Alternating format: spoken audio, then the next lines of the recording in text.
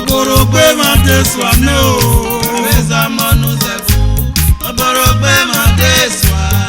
Tameza monu zefu.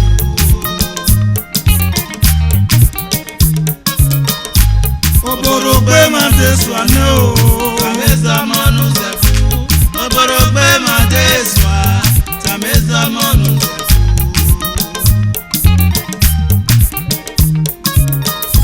Fana mi obomi ewe. Awero mo biye mo eso. Iyan rivie moto tani abuyante. Ani aribota. Awero mo eso iyan rizede bue mote. Yagi ribota. Yagi to famamo. Agbonfie agbonfie. You see? We are mi biye keso. Iyan oni asene nebo eti agwazo. We are awe ise ikonse. Ise nu we are osa ya kan wa. Capital area. Awere mo so iyan rizede bue mote. Yagi ribota. Yagi to famamo. Agbonfie agbonfie.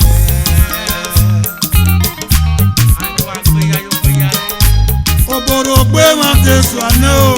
Tameza monu zefu. Oborogbe Adesuwa. Tameza monu zefu.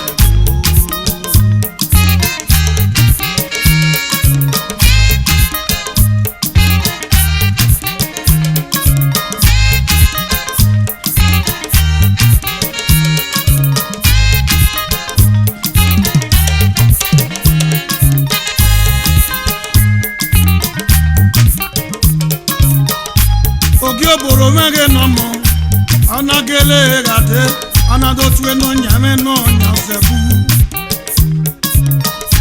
Evani ezo monuti. Anagele dati Adesuwa. Ndo muerero. Adesuwa ri muerete. Oyewe nebuto. Egbinero ki oboro riye. Adesuwa ri muerete. Oyewe nebuto. Egbinero ki oboro riye. Aonogo mona. Omazederiwa. Aonoga is omazederiwa o. Evani ogi oboro. Anadole gbera die nagbon. Anado kwedewe. Ogi kwedewe ina o. Omagi aro safo. Obore na bu ipedisen. Usenado ki akisen. Usenado ki upisen. Omazederi diwe. Ame mnogwa lowo. Evani Adesuwa. Onagele wa mugbe. Onawuye ki aya asi orosa o. Opo waja no gwo mo na no. Onagwe nege yo. Iye. Lanu verijo. Wanya Adesuwa me na se yunu. Oma momo gese de akoye. One momo gese de akoyo. Adeno ma aga yo wa. Aga buerute. Eye ese de mie o. Adesuwa mege no mo. Onagele de yude. Adesuwa me na de yude o. Adesuwa mege sewane. Ona bego ki oboro. Ki oboro nagele mu obie o. Awewi na gwa lowa tatabo. Ewi na gwa lowa tatabo. Mami osu ne o. Adesuwa me na se yunu. Ire we me medoriye. Lanu rigo me o. Ogi oboro me na se yunu. Egbini go we mama riye. Eti me ki awariye we. Adesuwa me na geleta. Awu we ni gbon no marwe.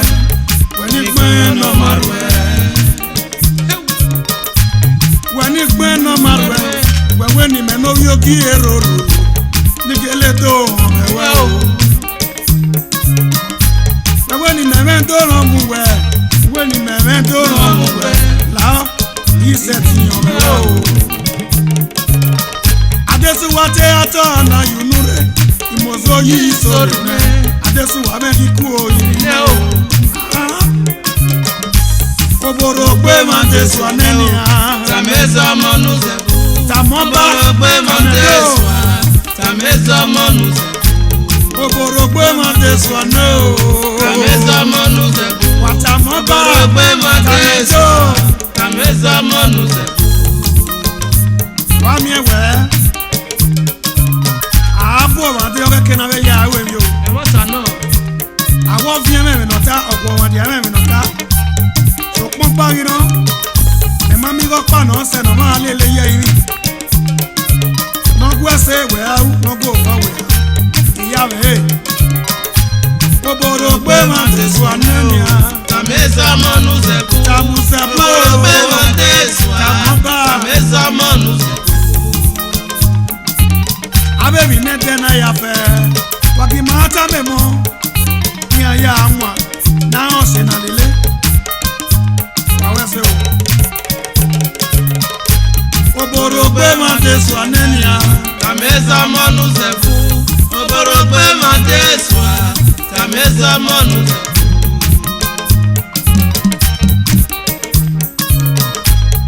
Ukpona ni mayena.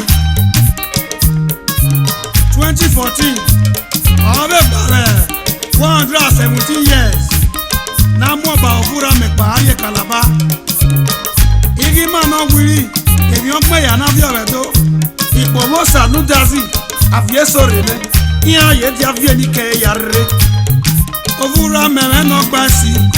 Ofura meme no gbasi. Ofura meme no gbasi o. Ofura meme no gbasi. Ofura meme no gbasi. Ofura meme no gbasi o. Isa batalo. Ebi mano huevo. When you have your idea do. Iya mi ko mi ege ya fi ate.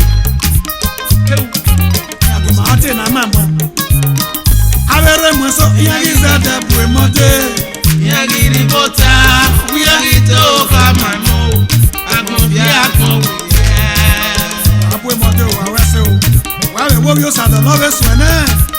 Iku abadole to yi. Oborogbe Mandeswa no. Tameza monuzebu. Tamoba. Oborogbe Mandeswa. Tameza monuzebu. Oborogbe Mandeswa nenia. Tameza monuzebu.